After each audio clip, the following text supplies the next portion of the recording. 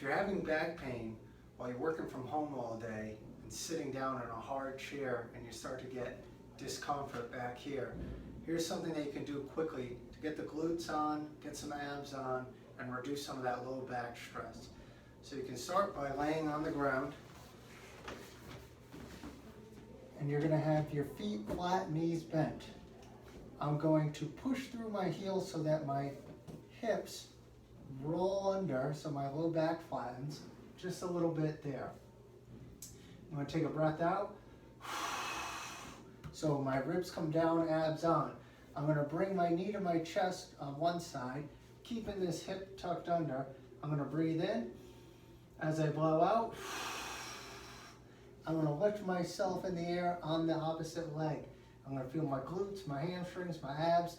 As I come down, I'm going to breathe in. Exhale as I come up again. The big thing you want to do when you come down, you don't want to just let your hips dump forward. Keep that tucked the whole time with a little bit of tension. Do 5 or 6 reps each side and see how you feel.